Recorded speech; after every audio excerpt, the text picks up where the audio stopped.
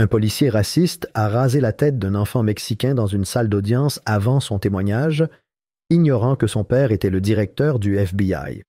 Le règlement du tribunal interdit de porter cette tignasse à la barre. Ça te fait passer pour un voyou, marmonna l'agent Wade Tullis, le cliquetis lourd de la fermeture éclair d'un sac de sport emplissant l'étroit bureau.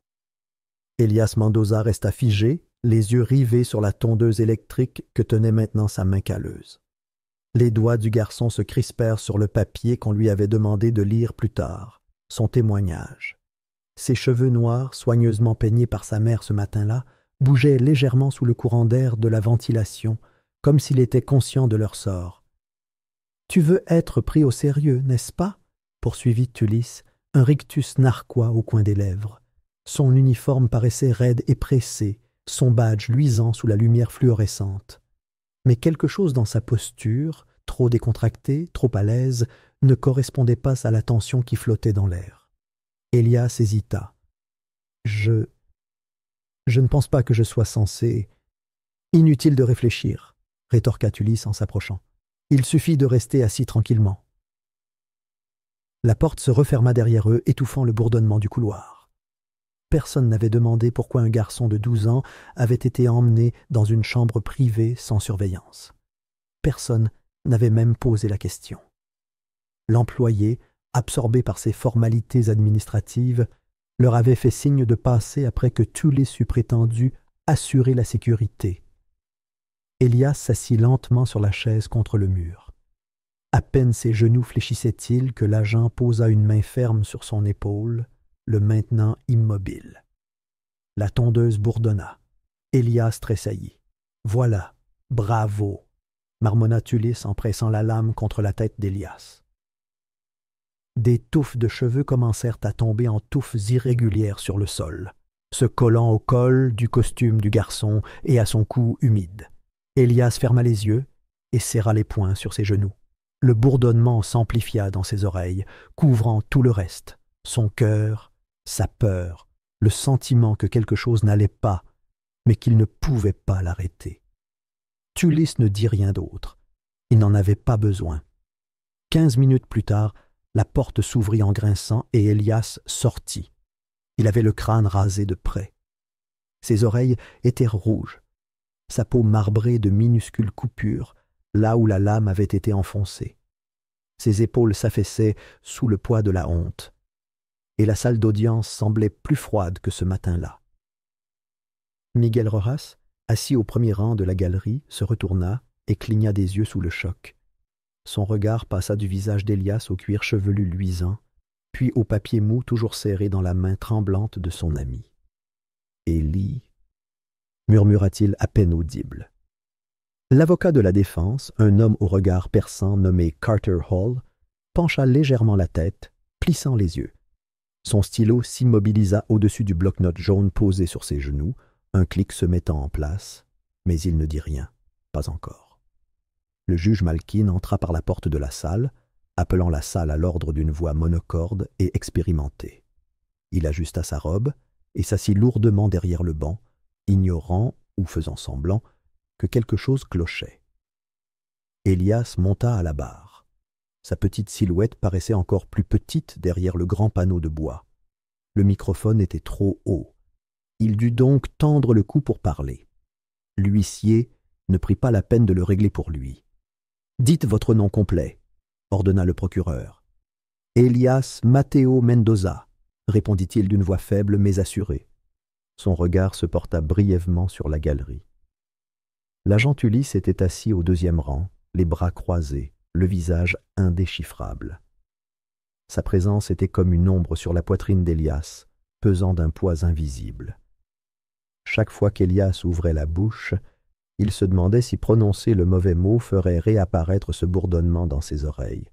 « Racontez au tribunal ce que vous avez vu le 14 juin, au marché Jagger. » Elias baissa les yeux sur la déclaration qu'il avait pliée et dépliée toute la matinée. Le papier était maintenant humide, froissé dans ses mains. « J'ai vu un garçon blanc, aux cheveux blonds, portant un sweat à capuche rouge. Il a pris quelque chose sur l'étagère, des bonbons et une boisson. Est-ce qu'il a payé? Non, monsieur. A-t-il parlé à quelqu'un avant de partir? Elias marqua une pause. Sa voix se brisa.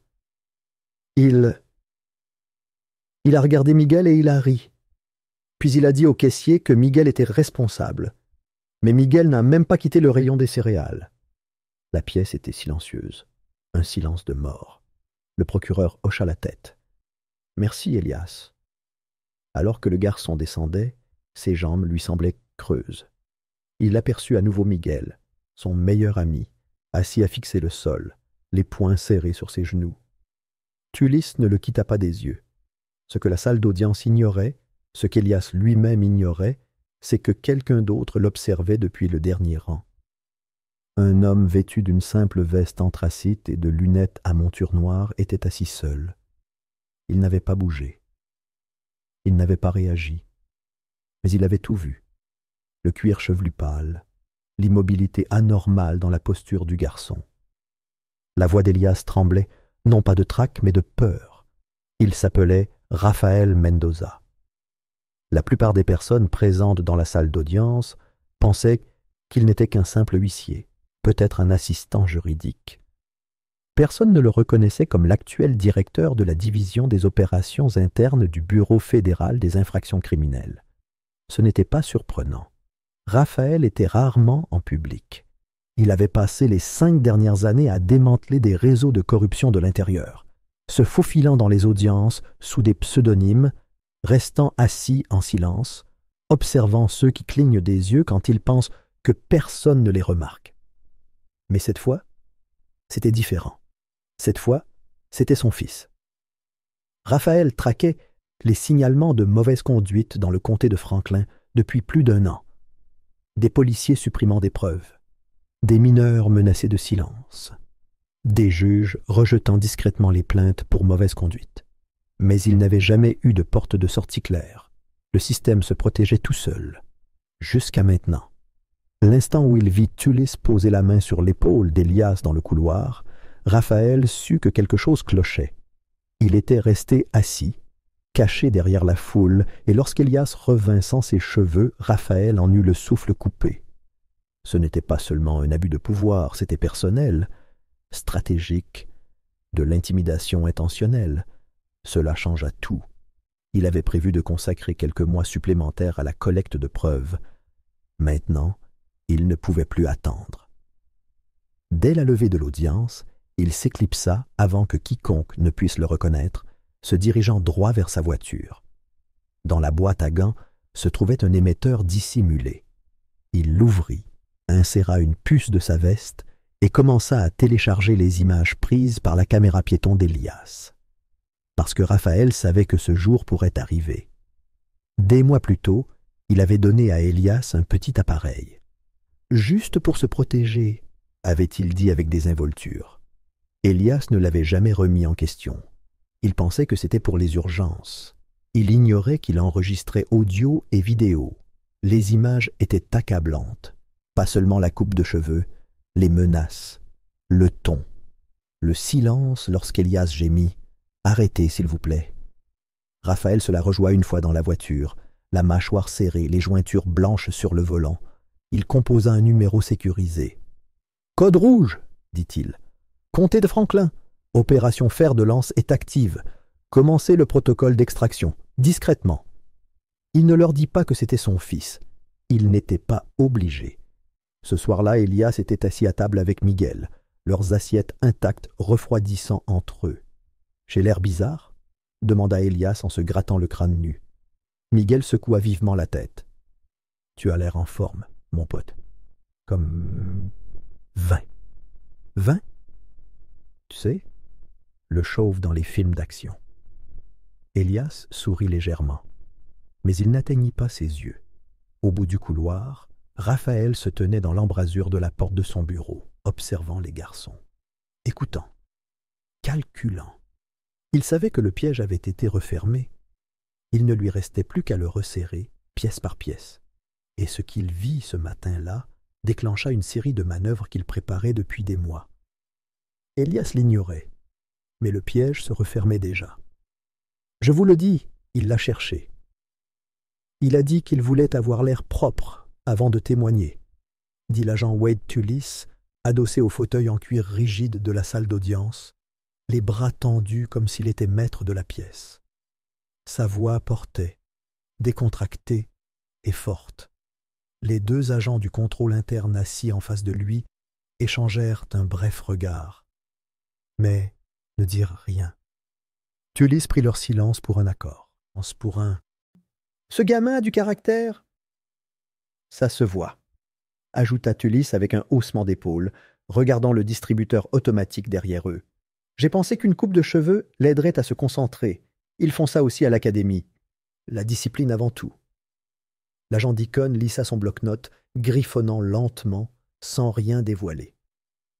À côté de lui, l'agent Kravitz resta impassible, hochant simplement la tête de temps en temps.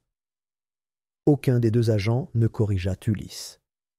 Aucun des deux ne mentionna qu'ils avaient déjà visionné une vidéo haute définition de ce qui s'était réellement passé dans ce bureau.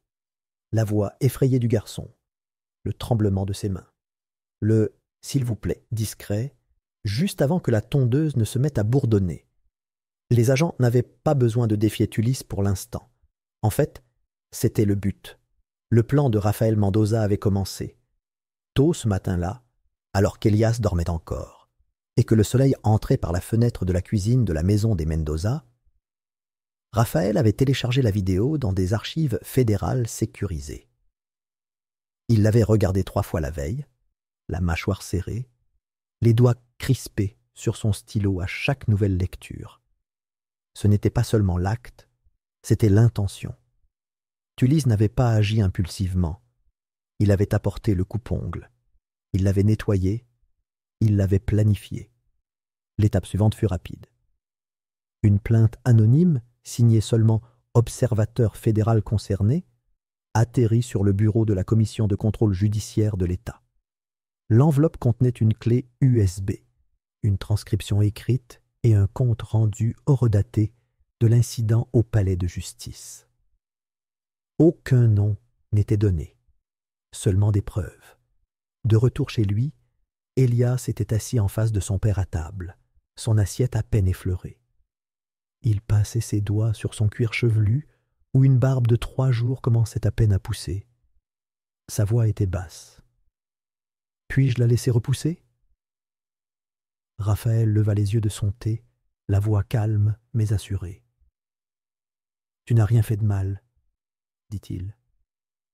Elias hocha la tête, mais ne croisa pas le regard de son père. Le lendemain, à l'école, des murmures parcouraient les couloirs comme des ombres. Quelques garçons riaient. L'un d'eux imitait même le bourdonnement d'une tondeuse à cheveux à son passage. Les professeurs ne répondirent rien. Ils n'avaient rien demandé. Mais Miguel resta près d'Elias, ne le quittant jamais pendant le déjeuner, même quand personne d'autre ne s'asseyait à côté d'eux. « Tu veux que je leur dise quelque chose ?» demanda Miguel en agrippant la sangle de son sac à dos, assis sous les arbres pendant la récréation. Elias secoua la tête. « Peu importe. » « Mais si, le mal était fait. Le tribunal n'avait pas vu l'humiliation, mais tous les garçons de l'école, si, et ça restait. » Pendant ce temps, Tullis allait au travail chaque jour comme si de rien n'était. Il souriait, plaisantait avec ses collègues et poursuivait ses patrouilles. Il était sûr que rien n'en sortirait. Un soir, dans les vestiaires, il rit avec quelques collègues.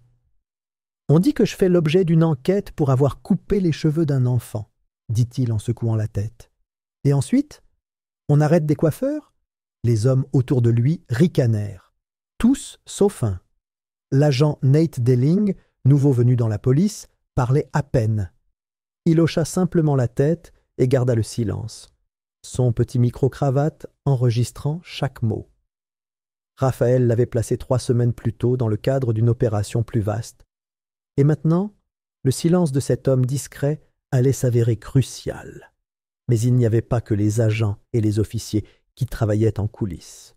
Une vague d'inquiétude avait commencé au palais de justice du comté lui-même, une vague que ni Raphaël ni Tullis n'avaient vu venir. Adrian Rojas, le cousin aîné de Miguel, travaillait de nuit au palais de justice comme concierge. C'était le genre d'homme qui se déplaçait discrètement, inaperçu, poussant son chariot de provisions dans de longs couloirs de marbre.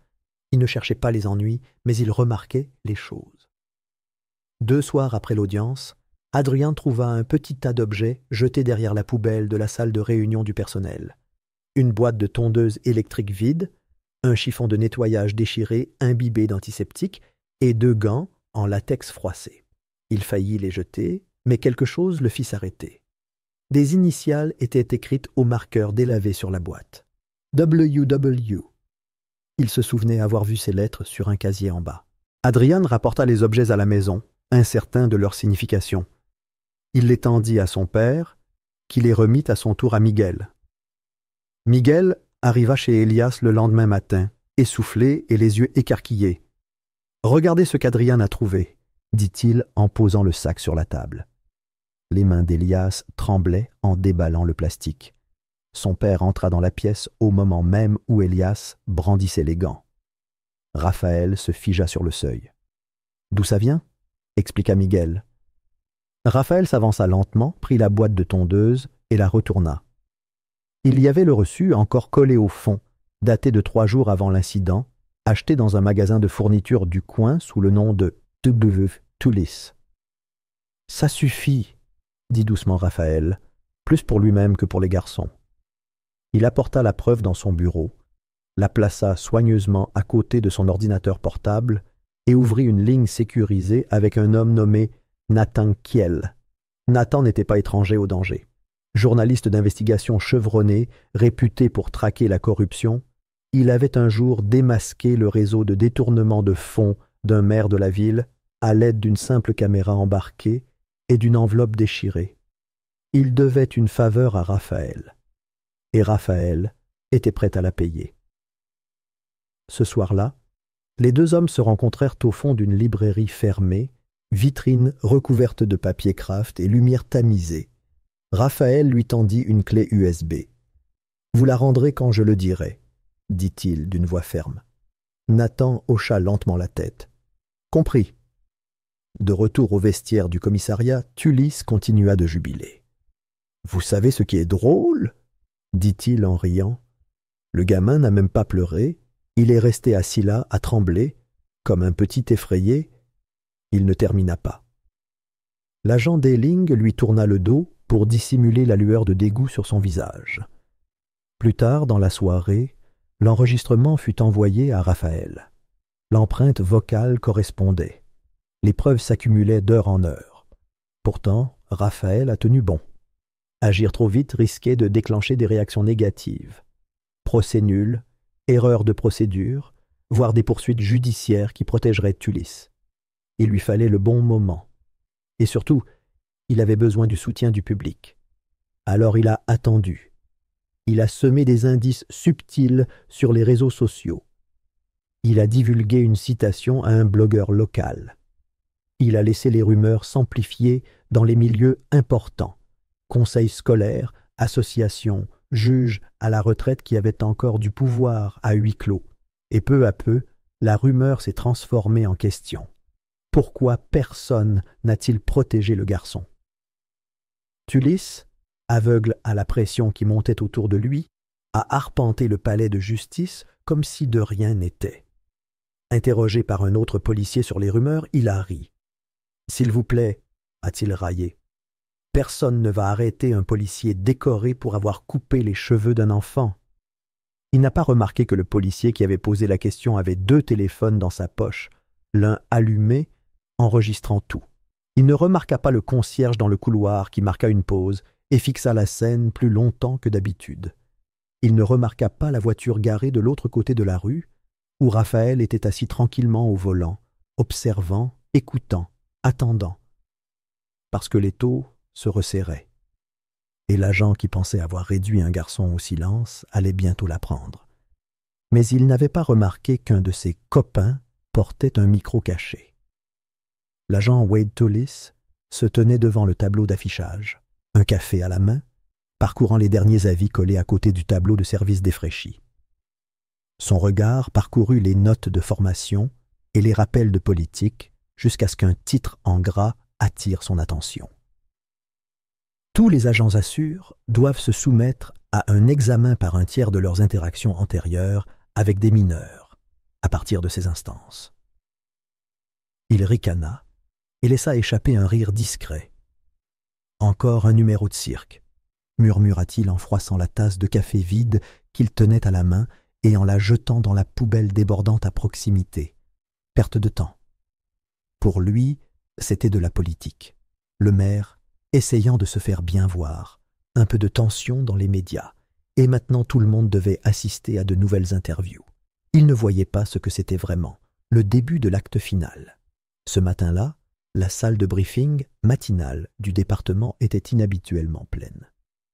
Des agents en uniforme occupaient les chaises, certains s'agitant avec inquiétude. Quelques membres du personnel de commandement s'appuyaient contre le mur du fond. Le chef adjoint Harmon se tenait devant, les bras croisés, les lèvres fines. La porte latérale s'ouvrit. Tullis se retourna en entendant cela, et son sourire narquois s'estompa. Rafael Mendoza entra, non pas comme un fantôme dans la foule cette fois, ni déguisé, ni la tête baissée, mais avec un dossier sous le bras et un badge plastifié accroché à son blazer. « Bonjour » dit Raphaël d'une voix calme mais ferme en s'avançant vers Harmon. « Je suis le directeur Rafael Mendoza, du Bureau fédéral des infractions criminelles, division des opérations internes. » Tullis cligna des yeux. « Vous » demanda-t-il, les yeux plissés, la voix tendue. « Vous êtes le père de ce gamin » Raphaël ne répondit pas. Il ne sia pas. Il se tourna simplement vers les agents rassemblés et ouvrit le dossier. Conformément aux protocoles de surveillance fédéraux et avec l'entière coopération du Conseil de révision judiciaire de l'État, commença-t-il, ce service est actuellement sous enquête pour faute de procédure impliquant des témoins mineurs. Des halètements et des murmures parcoururent la salle. Commençons par les événements du 9 juillet, poursuivit Raphaël en insérant une clé USB dans le terminal de présentation. La lumière s'est tamisée. Un écran de projection s'est allumé derrière lui. Première diapositive, une image fixe d'Elias Mendoza dans la salle d'audience, assis nerveusement à la barre des témoins, le crâne rasé, le visage pâle. Raphaël n'a pas élevé la voix. Il n'en avait pas besoin. Chaque mot a résonné comme un marteau. Ces images, dit-il, ont été prises grâce à un dispositif de sécurité dissimulé placé sur Elias Mendoza avant son témoignage. L'enregistrement est horodaté, authentifié et protégé par les lois sur la chaîne de possession. L'écran a clignoté. Une vidéo a commencé à être diffusée. La petite voix d'Elias a résonné dans les haut-parleurs. « S'il vous plaît, ne... » Un bruit de tondeuse a bourdonné dans les haut-parleurs. La voix de Tullis a suivi. « Ayez l'air effrayé, sinon les gaz en tôle finiront ce que j'ai commencé. » Le silence dans la salle s'est pesant. Personne n'a regardé Tullis. Il leva légèrement les mains. « C'est modifié, » marmonna-t-il, puis plus fort. « C'est hors contexte. » Mais Raphaël feuilletait déjà le dossier suivant. Voici une déclaration sous serment du conseiller d'orientation d'Elias, confirmant un traumatisme émotionnel et des signes de coercition le lendemain du témoignage.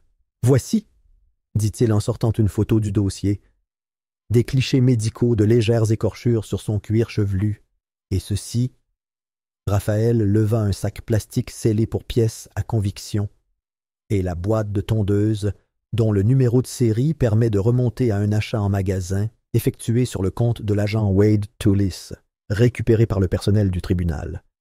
Le visage de Tullis pâlit. « Toujours des informations circonstancielles » lança-t-il d'un ton sec, essayant d'avoir l'air confiant, mais sa voix tremblait. Raphaël ne sia pas. « Alors permettez-moi de conclure ainsi. » Il appuya sur une touche de son ordinateur portable. Un deuxième enregistrement retentit, celui d'un barbecue, celui-ci. Rire. Crépitement du feu. Puis la voix de Tullis, claire, inimitable. « Ouais, j'ai coupé le brun comme au tribunal. Il ressemblait à une pomme de terre épluchée quand j'ai eu fini. » La salle se tut. Le chef adjoint Harmon ne bougea pas. Il fit simplement un signe de tête aux agents des affaires internes au fond. Ils se levèrent.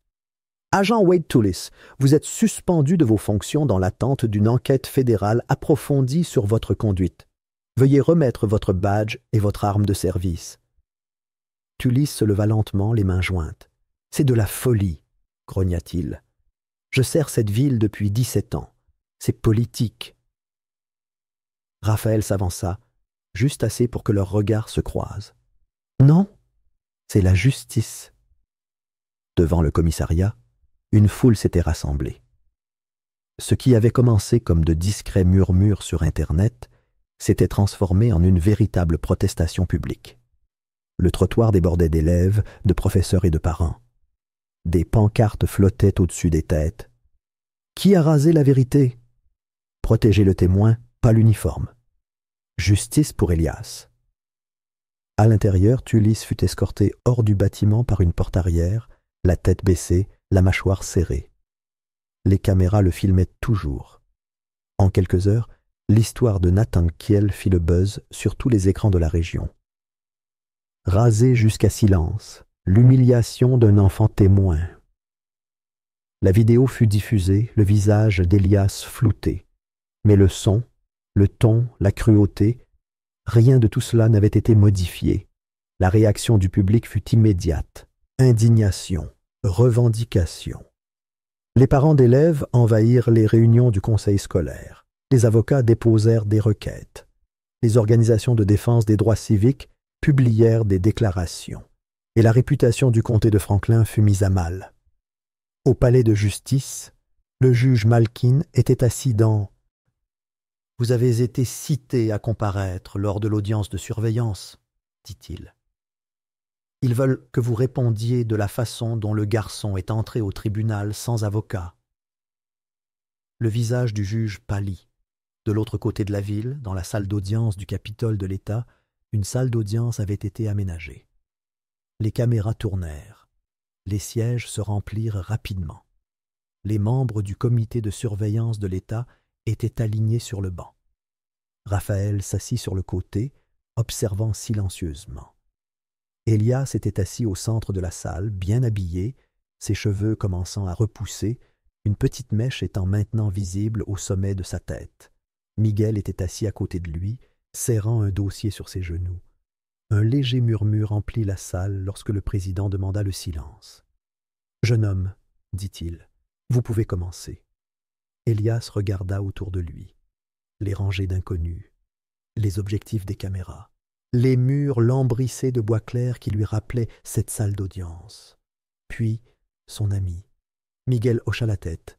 Elias se leva et se dirigea vers le podium. « J'avais peur, » dit-il d'une voix ferme. « Pas à cause de ce que j'ai vu, mais parce que je pensais que personne ne s'en soucierait. » Il marqua une pause, tournant légèrement la tête. Derrière lui, au fond de la salle, l'agent Wade Tullis était assis, menotté entre deux agents fédéraux. Il n'était plus suffisant, plus imposant, juste silencieux. Elias le regarda. Mais quelqu'un l'a fait. La salle d'audience sombra dans un silence si épais qu'il pesait sur les murs. Le marteau était déjà tombé, mais son écho semblait planer. La voix du juge était basse et définitive. « Wade Tullis, vous êtes condamné à 6 ans de détention fédérale pour subornation de témoins, obstruction à la justice et abus de pouvoir. » Du côté de la tribune, personne n'applaudit, personne n'acclama.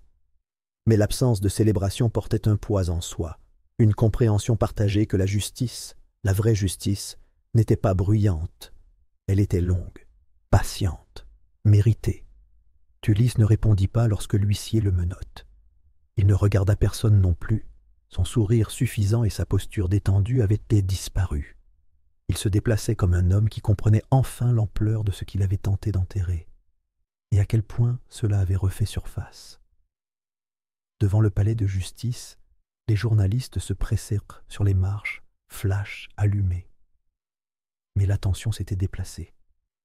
Il ne s'agissait plus seulement d'un policier. Il s'agissait d'un système et de ceux qui se battaient pour le changer. Dans un petit bureau donnant sur la place, Rafael Mendoza se tenait près de la fenêtre, les mains jointes dans le dos. Il regarda Tullis être conduit dans le fourgon, puis se détourna sans un mot. Derrière lui, un tableau blanc était rempli de tableaux et de noms manuscrits. En haut, un seul titre, Supervision et réforme civique, initiative du comté de Franklin. Raphaël s'avança au centre de la salle, tandis que 2 membres du comité entraient. L'un était un enseignant à la retraite, l'autre un coiffeur du quartier qui s'était porté volontaire après avoir suivi le procès à la télévision. Les 2 hommes le saluèrent d'un hochement de tête. « Nous avons finalisé les séances extrascolaires », dit l'enseignant en posant un classeur sur la table. « La première commence mardi prochain. Nous l'intitulons « Connaissez vos droits, connaissez votre voix ». Raphaël hocha la tête. « Parfait. On fait tourner les instructeurs chaque semaine. Je dirigerai la première. » Le programme s'inscrivait dans un effort plus vaste mené par la communauté et soutenu par le gouvernement fédéral. Après l'essai, la mairie, sous la pression des électeurs et des militants, avait accepté des changements radicaux. Un nouveau comité de surveillance fut créé, composé de citoyens et de juristes. Raphaël le coprésidait, mais pas en tant qu'agent fédéral, en tant que père, en tant qu'habitant du quartier, en tant qu'homme qui avait vu les dégâts des 2 côtés. Pendant ce temps, le service de police était en pleine révision. Plusieurs agents démissionnèrent discrètement. Les programmes de formation furent repensés. Les politiques de protection des mineurs furent entièrement repensées. Ce n'était pas parfait, mais c'était un progrès. Un après-midi, assis à la table à manger, Elias feuilletait un dossier contenant ses devoirs. Ses cheveux avaient été repoussés, plus épais qu'avant, avec une légère ondulation aux pointes. Il se gratta les cuirs chevelus d'un air absent et jeta un coup d'œil vers le salon, où Raphaël rangeait une pile de dossiers. Sur l'une d'elles se trouvait un objet familier, un sac transparent contenant des preuves. À l'intérieur, le coupe-ongle. Elias se leva, s'approcha et tapota doucement le sac. « Pourquoi l'as-tu gardé » demanda-t-il d'une voix calme, sans tremblement, comme autrefois. Raphaël leva les yeux, puis les baissa vers le sac. Son expression s'adoucit. « Parce que la vérité laisse des traces, » dit-il. « Mais la justice aussi. » Elias ne dit rien, mais hocha lentement la tête, la compréhension dans le regard. Il s'assit à côté de son père et l'aida à trier les dossiers. Devant la fenêtre, un groupe d'enfants passa à vélo en riant. Parmi eux, Miguel, interpellant quelqu'un de l'autre côté de la rue. La vie avait repris son cours, mais avec une direction désormais. Les semaines passèrent. Puis arriva l'invitation. Elle arriva dans une enveloppe ordinaire, timbrée du sceau de l'État. À l'intérieur se trouvait une lettre, soigneusement dactylographiée. « Cher Elias Mendoza, nous serions honorés de vous accueillir à la conférence annuelle des jeunes leaders de l'État, où de jeunes de tout l'État partageront des histoires de courage, de mobilisation et de développement personnel. Votre expérience a inspiré beaucoup de monde. Voulez-vous vous joindre à nous ?» Elias montra la lettre à Raphaël, qui la lut en silence avant de poser une main sur l'épaule de son fils. « Tu n'es pas obligé, » dit-il doucement. « Mais si tu le fais, assure-toi que ce soit bien ta voix, personne d'autre. » Elias hocha la tête. 2 semaines plus tard, dans un auditorium haut de plafond, avec des banderoles accrochées aux chevrons et des rangées d'élèves en uniforme, Elias monte sur scène. Miguel était assis au premier rang, souriant, ses chaussures touchant à peine le sol. Quelques responsables se tenaient au fond, enseignants, directeurs, organisateurs. Raphaël était là aussi, assis sur le côté, les bras croisés, le visage indéchiffrable. Elias atteignit l'estrade et ajusta légèrement le micro. Ses doigts étaient fermes. Il regarda la salle. Des centaines de visages le fixaient, sans jugement, juste dans l'attente. Il prit une inspiration. Il pensait que me prendre quelque chose me rapetisserait, dit-il. La salle se tut. Chaque chaise s'immobilisa. Chaque tête se tourna. Il regarda droit devant lui. Mais ils n'ont fait qu'amplifier ma voix.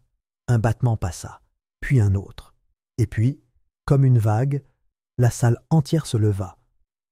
Pas pour Raphaël Mendoza, pas pour les caméras ni pour les articles, mais pour le garçon discret qui siégeait au tribunal, le crâne rasé, et qui disait quand même la vérité.